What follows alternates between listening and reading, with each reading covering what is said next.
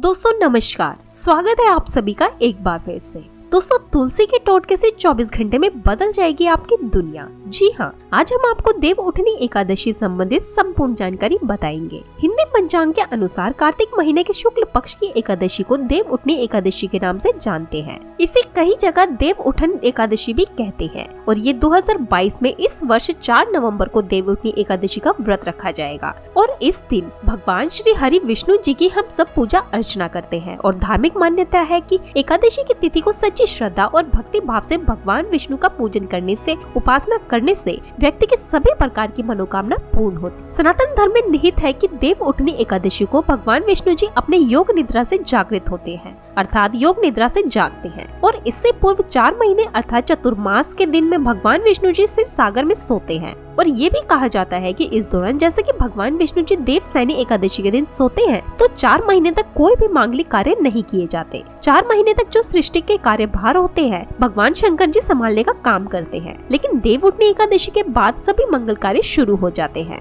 भगवान विष्णु जी योग्य निद्रा से उठ जाते हैं। देव उठनी एकादशी से जैसे कि शादी, सगाई, जितने भी मांगलिक कार्य होते हैं ये सब शुभारंभ हो जाते हैं। आसान शब्दों में कहें तो मांगलिक कार्य जितने भी होते हैं देव उठनी एकादशी से शुरू हो जाते हैं। तो आज का जो हमारा वीडियो का विषय है बहुत ही सुंदर है। आज मैं आप लोगों को एक एकादशी संबंधित संपूर्ण जानकारी बताऊंगी। साथ ही इस वीडियो में मैं आप लोगों को बताऊंगी कि देव उठनी एकादशी के दिन हमें क्या करना चाहिए जिससे हमारी आध्यात्मिक उन्नति हो। आध्यात्मिक उन्नति के साथ साथ हमें मोक्ष की प्राप्ति भी हो। मृत्यु के बाद व्यक्ति को मोक्ष ही चाहिए। साथ ही इस वीडियो में मैं आप लोगों को बताऊंगी कि देव उठनी एकादशी के दिन तुलसी मैया को कौन सी चीजें चढ़ाने से 24 घंटे के भीतर ही हमारी मनोकामना पूर्ण हो जाएगी। तो ये वीडियो ध्यान से देखिएगा। तो आइए इस वीडियो में जानते हैं देव उठनी एकादशी की तिथि। इससे पहले अगर आपने अभी तक हमारे चैनल को सब्सक्राइब नहीं किया है तो चैनल को सब्सक्राइब करके बेल आइकन जरूर दबाइएगा। अगर आप माता तुलसी की कृपा पाना चाहते हैं तो सच्चे हृदय से कमेंट बॉक्स में लिखें जय माता तुलसी। तुलसी माता आपकी हर इच्छा अवश्य पूर्ण करे। माँ तुलसी के लिए एक लाइक तो बनता ही है।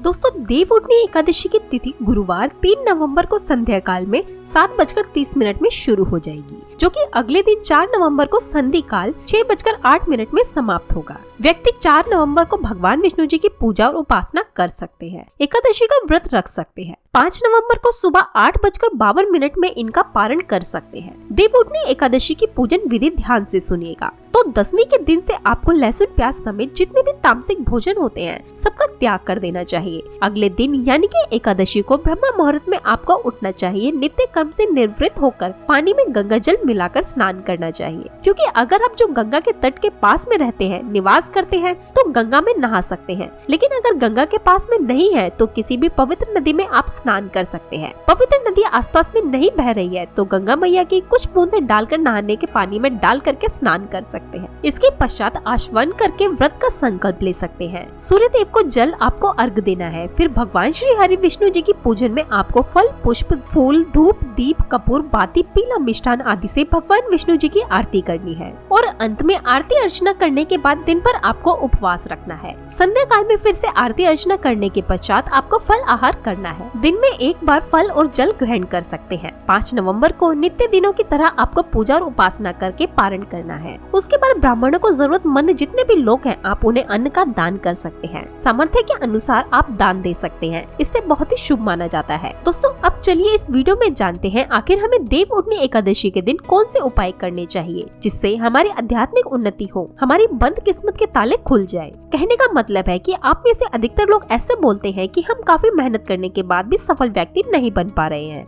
अर्थात पैसे तो आते हैं लेकिन चले जाते हैं, अर्थात हमारे घर में लक्ष्मी स्थिर नहीं हो पा रही है और अधिकतर ये सभी के साथ में होता है। लक्ष्मी को स्थिर रखने के लिए हमारे धर्म शास्त्रों में अनेक उपाय बताए गए हैं। ये भी कहा जाता है कि जहाँ पर भगवान विष्णु जी की पूजा की जाए, उपासना की जाए तो वहाँ पर माता लक्ष्मी स्वयं ही खींची चली आती है। जहाँ पर विष्णु है अर्थात धर्म है वहाँ पर लक्ष्मी खींची चली आती है। जहाँ धर्म है वहाँ सब कुछ है। तो चलिए इस वीडियो में जानते हैं कि किस प्रकार से हम अपने घर की लक्ष्मी को स्थायी कर सकते हैं, अर्थात हम दौलत को स्थायी बना सकते हैं। साथ ही साथ इस वीडियो में हम बताएंगे रोजगार के साधन। इस प्रकार से आप बेरोजगार हैं तो आपको रोजगार की प्राप्ति होगी। धन दौलत के साथ साथ सुख संपत्ति एवं धर्म की प्राप्ति करने का सबसे सरल आसान विधि बताएंगे। दोस्तों भगवान विष्णु को प्रसन्न करने के लिए देवउठनी एकादशी के दिन भगवान विष्णु जी को केसर और दूध से ध्यान से सुनना। जो दूध है उसमें केसर मिलाकर ही केसर युक्त दूध से भगवान विष्णु जी का अभिषेक करना चाहिए। ऐसा करने से ही व्यक्ति के सभी प्रकार की मनोकामनाओं की पूर्ति होती है। इससे भगवान विष्णु प्रसन्न होते हैं। यह जो उपाय है ये शास्त्रों में लिखित उपाय है। ये बहुत ही प्रभावी और चमत्कारी उपाय है। चाहे कोई भी विशेष प्रकार की मनोकामना हो और वह मनोकामना आपके लंबे समय से पूर्ण नहीं हो पा रही है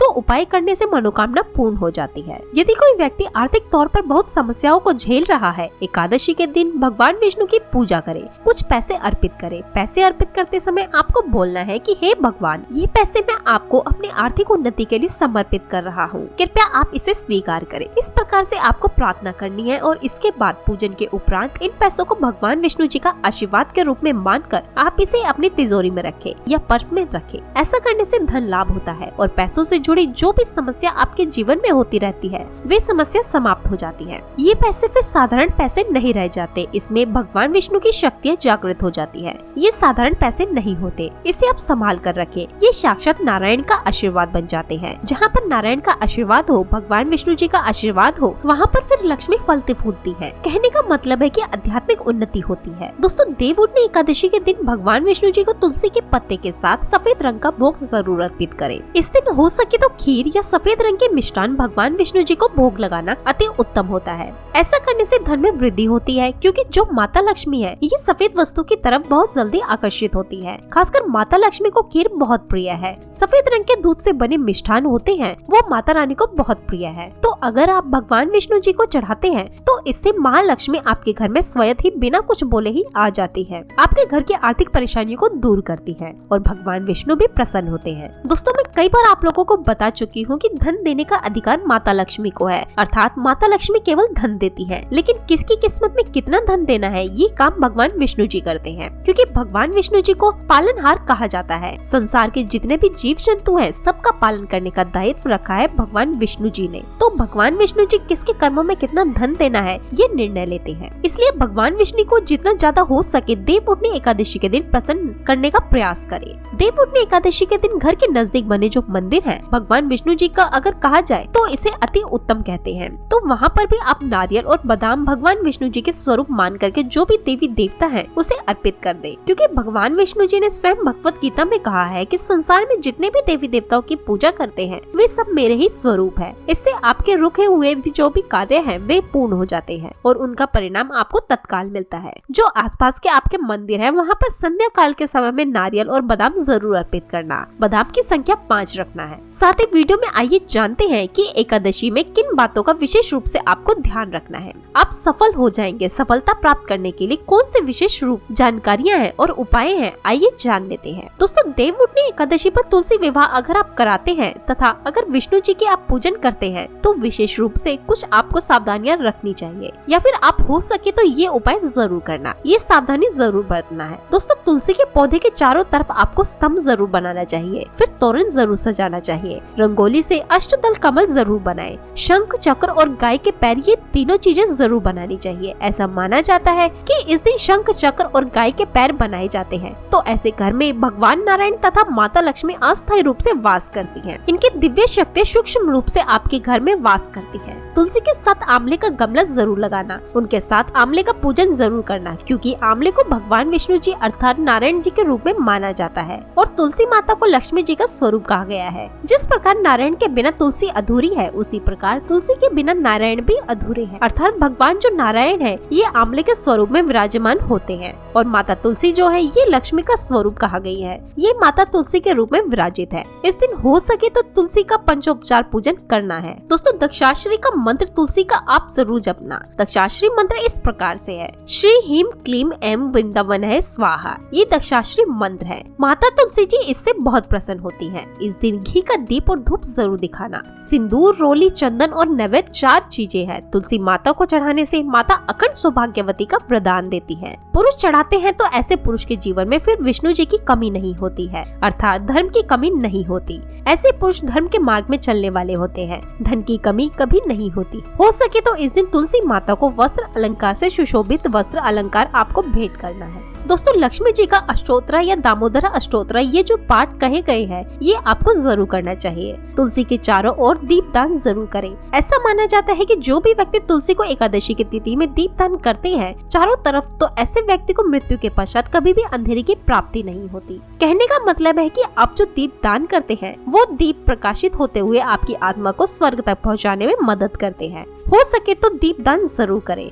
और दान करने से हमारे पूर्वज की आत्मा को शांति मिलती है। जो हमारे पूर्वज किसी कारणवश उन्हें स्वर्ग की प्राप्ति नहीं हो पा रही है, तो दीप दान करने से उन्हें स्वर्ग की प्राप्ति होती है। दोस्तों एकादशी के दिन भगवान विष्णु जी को तुलसी जरूर चढ़ाना चाहिए। ऐसा माना जाता है कि इस दिन एक तुलसी का पत्ता चढ़ाने से 10,000 गौदान के बराबर की प्राप्ति होती है। भगवान नारायण को इस दिन केवल एक तुलसी का पत्ता चढ़ाने से 10,000 गौदान के बराबर धन की प्राप्ति होती है। लेकिन आज के दिन जान लीजिए, अर्थात इस दिन देवउठनी एकादशी के दिन गलती से भी तुलसी का पत्ता नहीं तोड़ा जाता, जो कि पत्ते आपको पहले से ही तोड़कर रखने हैं। जिन दाम्पत्यों को संतान ना हो तो ऐसे व्यक्ति तुलसी नमस्तक जरूर पढ़े, इससे संतान की प्राप्ति होती है। तुलसी नमस्तक के पाठ से शीघ्र ही जिनके विवाह नहीं हो पाते हैं तो उनका शीघ्र ही विवाह हो जाता है। बल्कि जो व्यक्ति विचलन हो चुके हैं, जिनका कोर्ट कचहरी के मामले में कोई बड़ा तेज अगर चलता है तो वह समस्या भी दूर हो जाती है। दोस्तों नए घर में तुलसी का पौधा इस दिन लगाने से श्री हरि भगवान विष्णु जी बहुत प्रसन्न होते हैं और ऐसे घर में सभी प्रकार की मंगलकारी चीज प्रदान करते हैं। नौकरी पाने के लिए, कारोबार में तरक्की के लिए या फिर हो सके तो अपने जीवन में उन्नति के लिए तुलसी का पौधा पीले कपड़े में बांधकर ऑफिस या दुकान के आसपास में जरूर रखें।